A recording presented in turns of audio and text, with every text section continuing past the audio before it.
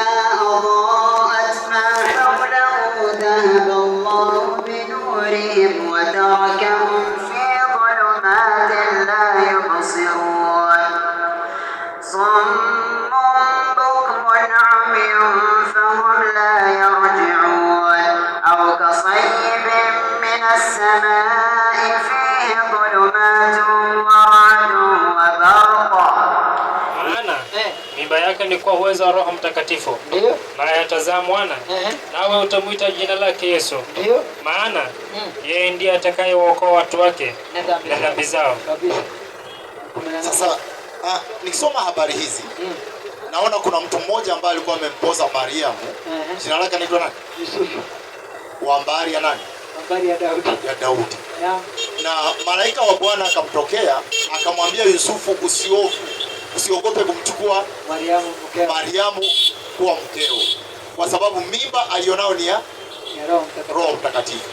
Mimi ningependa kufahamu huyu Mariamu ambaye alipozwa na Yusufu ndio Mariam aliyezaa Isa kwa Qur'an? Nauliza hivi. Unajua sisi tunajua Mariamu ni ngapi? Moja tu. Ukisoma Biblia usome Qur'an mpe huyo Mariamu ni moja tu. Lakini hii mambo ya kusema kupozwa hiyo ni mambo yenu. Ati kabla hawajakaribiana alionekana na mimba kwa uwezo wa Roho Mtakatifu. Sasa hebu niambie wewe ule mtu amekoba maua mke fulani, alafu wakaenda naye kitendo cha ndoa, alafu ikafika mwezi wa 9 huyo mtoto atakuwa nani? Si atakuwa ni wako mmoja, si hivyo? Unaelewa Kiswahili? Na kuuliza mtoto atakuwa nani? Kidogo huyu amekoba. Kwanza nijibu mtoto atakuwa nani? Nijibu hiyo alafu tunaendelea. Mtoto atakuwa nani?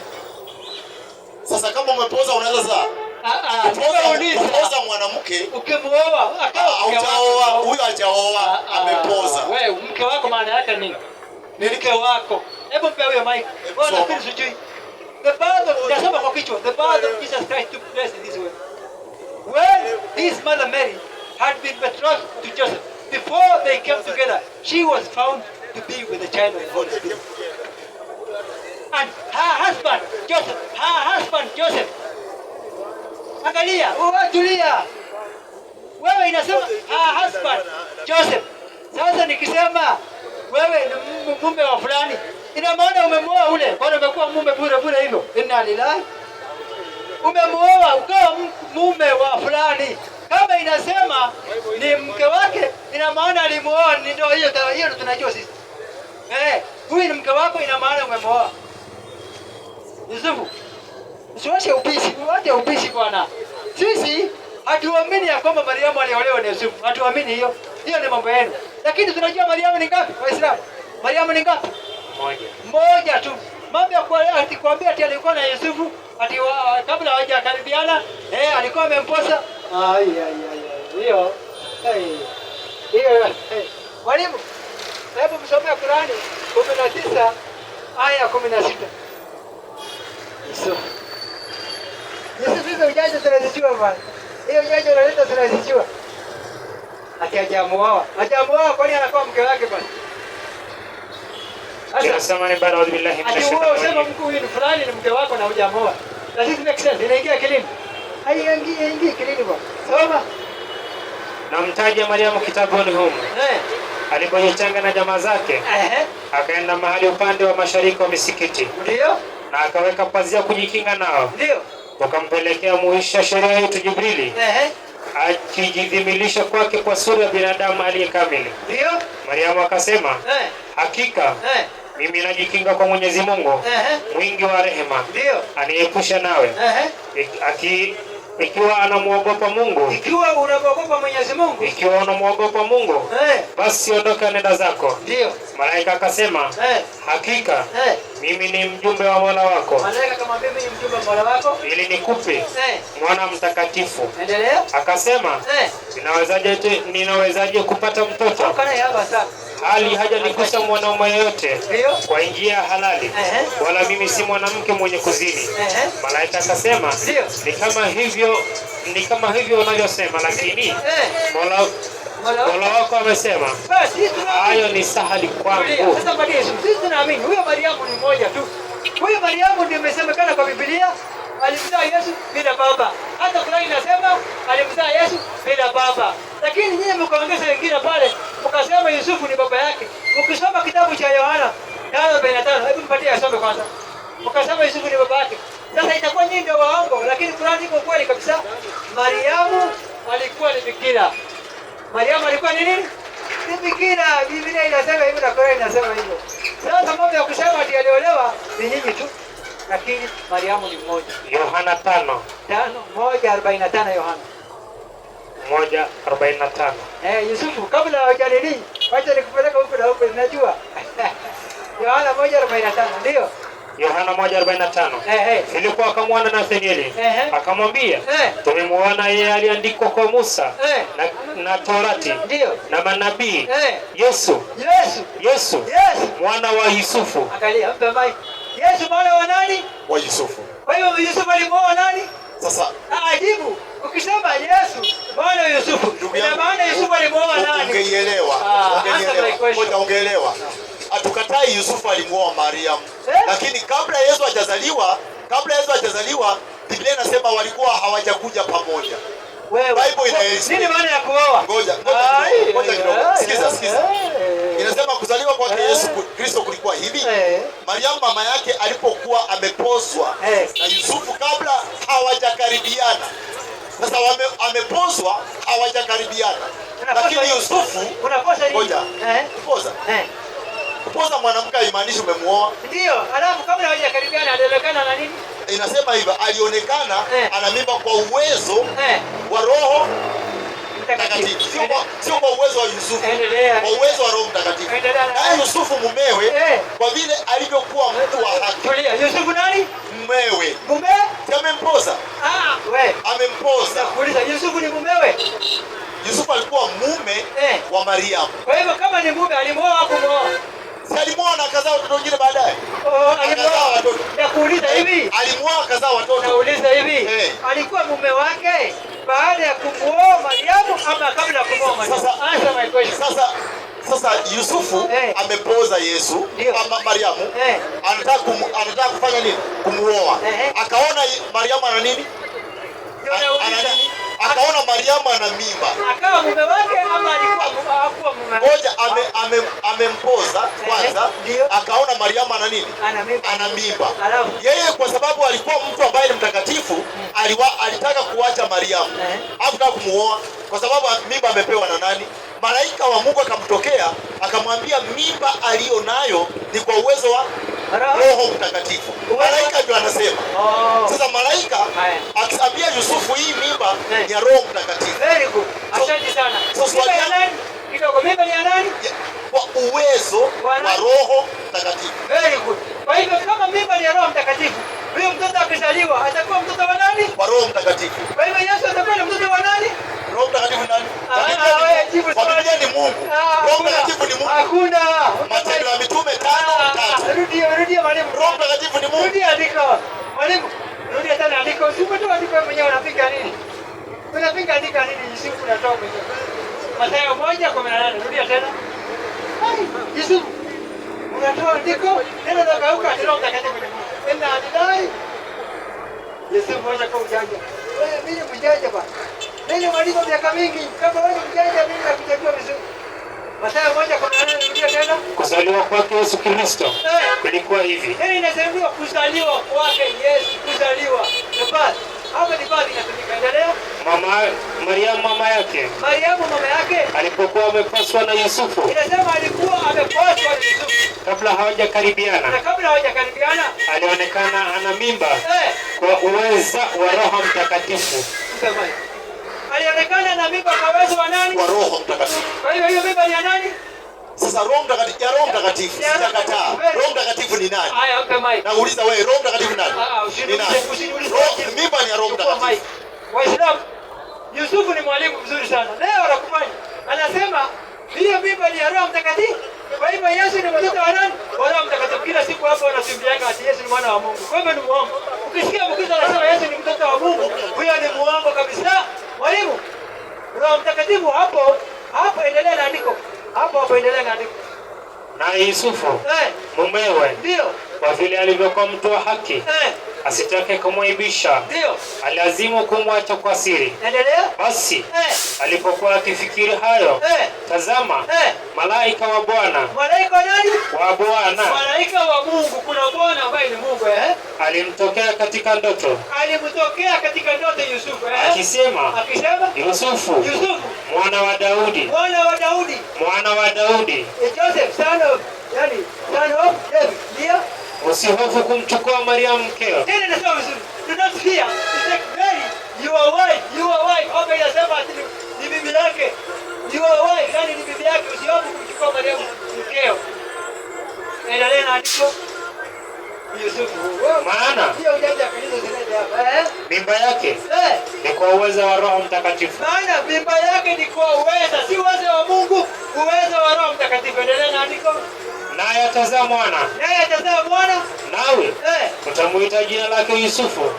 Endelea. Maana yeye ndiye atakayewaokoa watu wake na dhambi zao. Malaika wa Bwana anatokea nani? Anamtokea Yusufu. Kwa hivyo malaika ametumwa na nani? Sasa malaika ametumwa na Mungu. Na Mungu very. Ametumwa na Mungu. Kuja kwa Mariamu. Kuja kwa Yusufu, sio kwa Mariamu. Ndio, kwa Yusufu. Akamwambia Joseph, usiombe kumchukua Mariamu kuwa mkeo. Kwa maana mimba aliyo nayo ni kwa uwezo wa nani?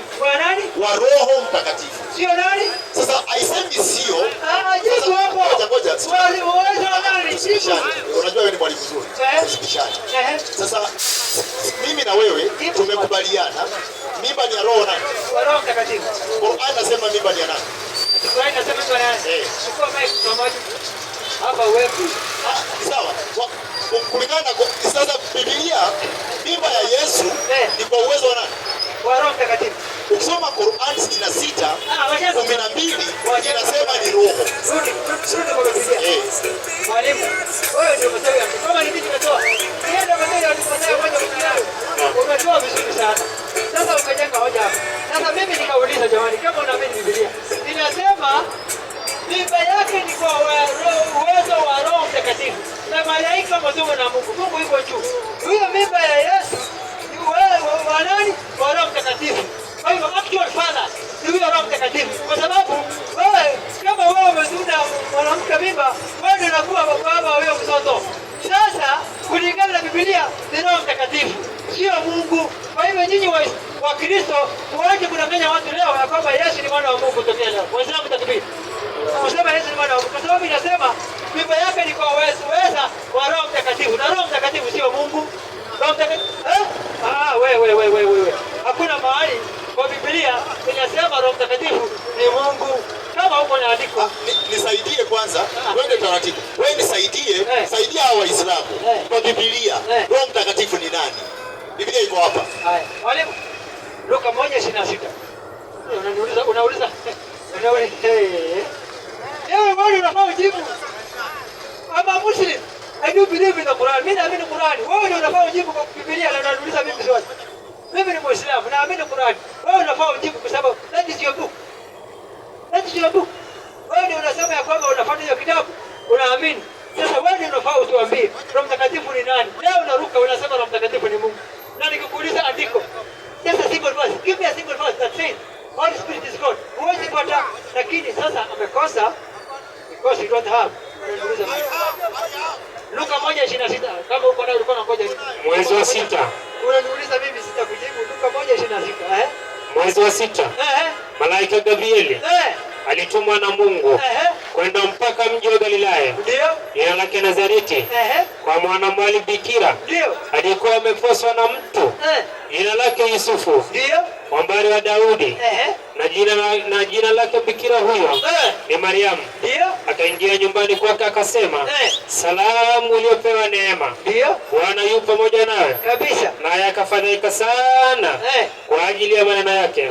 Akawaza moyoni, salamu hii ni ya namna gani? Malaika akamwambia, usiogope usiogope Mariamu. Mariamu, kwa maana umepata neema kwa Mungu. Umepata neema kwa nani? Kwa Mungu. Hapo kuna Mungu, ametajwa Mungu kwa Tazama, tazama, utachukua mimba. Tazama wewe bikira utachukua mimba Na kuzaa mtoto mwanaume. Na utazaa mtoto mwanaume. Na jina lake utamuita Yesu. Endelea. Huyo atakuwa mkuu. Huyo atakuwa mkuu. Ataitwa mwana wa aliye juu. Endelea. Na Bwana Mungu atampa kiti cha enzi cha Daudi baba yake. Mtoto huyu baba yake Daudi. Endelea. Ataimiliki nyumba ya Yakobo hata milele. Na ufalme wake utakuwa hauna mwisho. Endelea hapo 35. Mariamu akamwambia malaika, litakuwaje neno hili? Maana sijui mume. Sikia Yusufu, endelea. Malaika kajibu akamwambia, Roho Mtakatifu atakujulia juu yako. Atakujulia juu ya nani? Ya Mariamu. Roho Mtakatifu anakuja juu ya nani? Mariamu. Endelea. Na nguvu zake aliye juu. Na nguvu zake aliye juu. Kama Yusufu, aliye juu ni nani? Ni mzuri tuongee kwa muktadha. Just cool down. Angalia. Every discussion kama imekuwa discussed kwa level mzuri, watu wanaelewa. Sasa hapa ni Mariamu anaambiwa kwamba Roho Mtakatifu atakujilia juu yako. Na nguvu za aliye juu. Aliye juu wapi? Aliye juu ni nani? Nasema aliye juu si Roho Mtakatifu. Roho Mtakatifu atakujilia juu yako. Na aliye juu. Hapa Mike wewe. Acha kudanganya watu. Yaani hii Biblia, wewe you are a pastor. Wewe ni pastor mzima, mwalimu mzima. Unakuja hapa kwa Waislamu na wachezea tena sherehe. Yaani hiyo Biblia na ukienda kanisani huko, wewe unawaambia Biblia watu wafunge macho. Hakuna hapa kufunga macho. Hao Waislamu hawezi kufunga macho. Soma. Malaika akajibu akamwambia, wacha kukataa. Wewe hivi nani hiyo ni kitabu chako unakataa. Pastor mzima. Bila shame wallahi. Yusufu wewe mwalimu mzima unakataa Biblia. Ama huko wanawaambia wafunge macho kwa sababu wajui, unawadanganya. Hapa hakuna kufunga, Muislamu anafunga macho hapa. Wote wako sawa. Soma andiko. Malaika akajibu akamwambia, Roho Mtakatifu atakujulia juu yako. Roho Mtakatifu atakujulia juu yako. Endelea. Na nguvu zake aliye juu. Kumbe kuna mwenye aliye juu. Aliye juu ni Mungu. Na hapa kuna Roho Mtakatifu ambaye anakuja juu ya Mariamu, anakuja hapa. Endelea. Na nguvu zake aliye juu zitakufunika kama kivuli. Tunaambia kwamba Roho Mtakatifu anakuja juu ya nani? Juu ya nani? Roho Mtakatifu atakujilia juu yako. Kwa hivyo Roho Mtakatifu yuko juu ya nani? Sasa swali, ngoja. Simesema yuko juu ya Mariamu. Swali tunahitaji kujua Roho Mtakatifu ni nani? Ni nani kwanza? Roho Mtakatifu yuko juu ya nani? Ni nani? Tumesema yuko juu ya Mariamu, ni nani? Ni nani Roho Mtakatifu? Na nguvu ya aliye juu. Nguvu ya aliye juu imemfunika. Kwa hivyo kuna mtu aliye? Sasa kuna mwenye aliye? Sikiza mwalimu, tunatafuta Roho Mtakatifu ni nani? Nauliza hivi, wewe umesema Roho Mtakatifu ni Mungu. Tumekubaliana na wewe. Tumekubaliana kwamba Yesu ni mwana wa Roho Mtakatifu. Hiyo tumekubaliana. Pole. Yesu Kristo ni mwana wa Roho Mtakatifu. Sasa tunatafuta Roho Mtakatifu ni nani? Hiyo ndio tunatafuta. Wewe ulisema ni nani? Ulisema Roho Mtakatifu ni nani? Si alisema ni Mungu. Sasa wacha tusome andiko, ni nani? Ngoja kidogo. Matendo ya Mitume 5. Usiruke hapo. Si tusome ni nani? Tunatafuta Roho Mtakatifu ni nani? Mwalimu rudia tena andiko. Ngoja tutafute Roho Mtakatifu ni nani? Hapo imechukua. Kusema tu Roho Mtakatifu. Roho sio mwanadamu. Soma. Hasan. Tusome. Rudia tena. Usiende mbali anaepa. Huyu anajua mimi ni mjanja anaepa. Hiyo Luka 1:35. Hapo wewe unasema Roho Mtakatifu ni Mungu. Na hapo kumbe tunaona ya kwamba Mungu yuko juu lakini Roho Mtakatifu yuko chini. Kwa hivyo tungejua Roho Mtakatifu sio nani? Roho Mtakatifu sio nani? Sio Mungu. Kama ni Mungu tuambie huyu aliyeko juu ni nani? Na huyu aliyeko kwa Mariamu ni nani? Simple as jibu ile swali. Wache kuepa pale pengine kwa sababu umeona hapa kuna shindano. Hiyo shindano iko ziweka sawa. Soma andiko mali. Malaika akajibu akamwambia, Luka 1:35 ndio. Roho Mtakatifu atakujulia juu yako. Roho Mtakatifu anakujulia juu yako wewe Mariamu, yuko juu ya Mariamu. Na nguvu zake. Angalia ni kama kwa mfano hapo Roho Mtakatifu inakuja juu hapo. Na nguvu zake. Na nguvu zake. Na nguvu zake. Na nguvu zake. Aliye juu. Kumbe kuna aliye juu. Aliye juu ni Mungu. Mungu yuko juu peke yake. Lakini mtakatifu yuko hapa chini kwa Mariamu hapa. Endelea. Zitakufunika kama kivuli. Zitakufunika kama kivuli. Mpe Mike. Jibu swali. Aliye juu ni nani? Mwalimu, tumesema aliye juu ni Mungu. Tumesema hivyo. Sasa ngoja kivuli cha twende pole. Aliye juu ni Mungu. twende Slowly by slowly. Mungu, Mungu. Na Roho Mtakatifu yuko hapa chini hapo pamoja na nani? Mariam, na kivuli cha Mungu. Very good. Na kivuli cha Mungu. Na kivuli cha Mungu kimefunika nani? Kimemfunika Mariamu. Kivuli cha nani? Ngoja. Kivuli cha nani? Ngoja. Kivuli cha nani? Atuongee mambo ya kivuli. Na kivuli cha aliye juu kitakufunika. Sio kwa hiyo aya. Kivuli cha nani? Usingoje. Nasema aje? Aliye juu ni nani? Nimesema aliye juu. Wacha niseme mara mwisho, aliye juu ni Mungu. Usimseme tena aliye juu. Roho Mtakatifu yuko juu ya Roho Mtakatifu amekuja juu ya Mariamu. Na aliye juu ni nani? Na sasa tunarudia the same thing. Do you have mental problem? Aliye juu ni Mungu. Sasa don't go back to that. Are you mad? Aliye juu ni Mungu. Kivuli cha Roho Mtakatifu kimefunika Mariamu. Very good. Kwa hivyo Roho Mtakatifu sio Roho Mtakatifu ni nani? That's my question. Sio Mungu. Umejuaje? Hapo nimesema umejuaje? Matendo ya Mitume 5 soma 3. Roho Mtakatifu ni nani? Wewe unasema tu. Unajua ukianza kushindana, ukianza kujukanana, unaonekana sasa wewe umeshindwa. Wasilamu takbiri. Unajua mtu akiwa ameshindwa, sasa anajiprotect na matusi. Yani you defend yourself by insulting because you don't have the truth. That's why Wasilamu takbiri. Unaona mtu akiwa hana ukweli, akishinde anatafuta matusi. Hiyo hata watu wa zamani walikuwa wanafanya kwa sababu hawana lolote. You don't have what to say. You're not speaking the truth. No, you're protecting yourself. You're defending yourself through insulting, through abusing. No, my friend, you cannot win by abusing people. You cannot win like that. Wewe una win kwa kumoja. Mwalimu, tumepata kuna Roho Mtakatifu ambaye kwamba yuko juu ya Mariamu. Na tunapata aliye juu ni Mungu. Kwa hivyo tunajua kwamba Mungu ni mmoja pekee yake aliye juu. Wafalme wa kwanza 8:6. Bishana na wewe.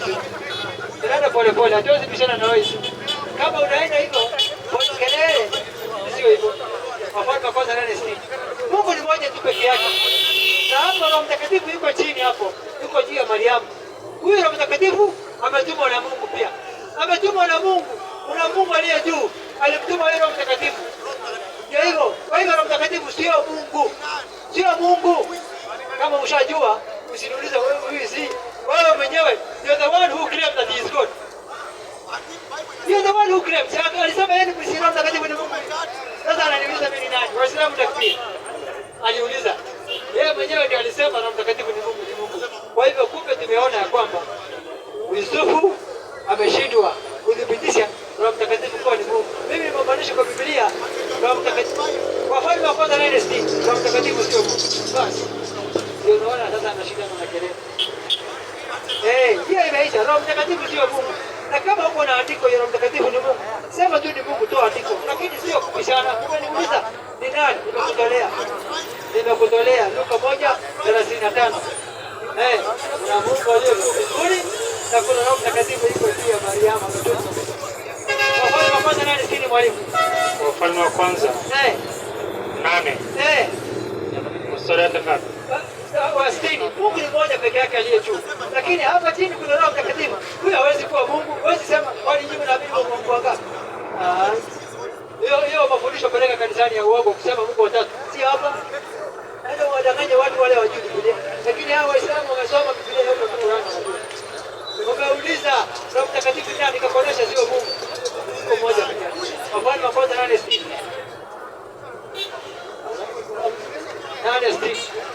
8:60. Inasema kwa wale walioandika. Hatuwezi kushinda hapo, ndio? Soma. Watu wote wa ulimwengu wajua kuwa. Watu wote wa ulimwengu mzima wajua kuwa Bwana ndiye Mungu. Ndiye Mungu. Hakuna mwingine. Hakuna mwingine. Waislamu takbir. Kwa hivyo tunajua kwamba Mungu ni mmoja peke yake. Na inasemekana ya kwamba nguvu zake aliye juu ni Mungu. Yesu amejibu vizuri. Ya kwamba ni Mungu peke yake. Na hapa chini kuna Roho Mtakatifu. Kwa hivyo kama ameshajua kuna Mungu mmoja yuko juu mbinguni. Na Roho Mtakatifu yuko hapa, ameshajua tayari ya kwamba Roho Mtakatifu sio nani? Msomaji, si wa Mungu. Basi sasa nataka tukuishi. Waislamu takbir. Hiyo imeisha. Sasa sisi tunarudi kwa mada. Mada tunasema jamani, Yesu tunamwamini ya kwamba alikuwa ni Muislamu. Ukauliza hivyo. Wewe umeuliza huyu Mariamu ya Biblia na Qurani ni moja?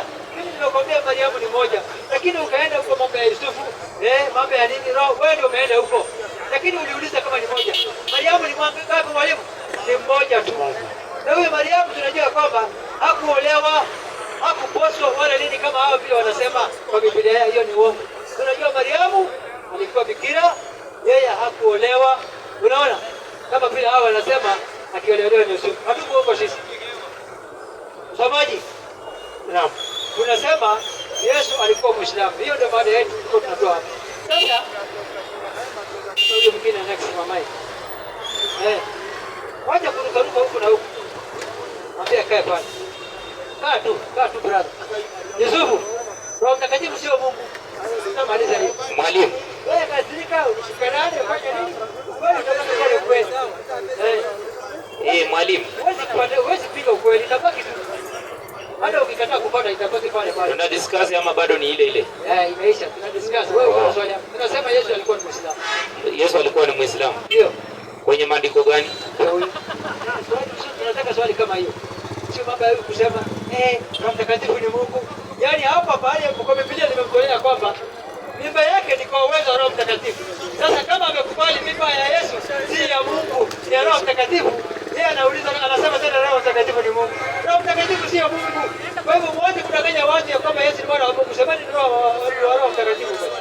Semeni Yesu ni mtoto wa Roho Mtakatifu, si wa Mungu. Sasa huyu anauliza ya kwamba huyu Yesu ni Muislamu kwa andiko gani? Mwalimu, kabla tuendelee, sikiza. Ulikuwa mada jana na ikaisimamia mahali. Na ningeomba tu, si kwa ubaya, ningeomba tu upee Shakiri animalizie tu venye tulikuwa tumebakia. Nimeomba si kwa ubaya. Si ni mwalimu wenzako? Anijibu tu, alafu tuendelea mada. Kuna tu mahali tulikuwa tumebakia. Haya, chukua mic msomaji. Ameuliza asifikirie kwamba atatoroka. Si ameuliza mwenyewe. Mtoto akitia wewe mpe. Aliuliza kwa andiko gani Yesu ni Muislamu? Luka 4:16. Luka 4:16. Kwa Biblia yako utakupanga na mafuta yako wewe mwenyewe. Wapi Yesu ni Muislamu? Luka 4:16.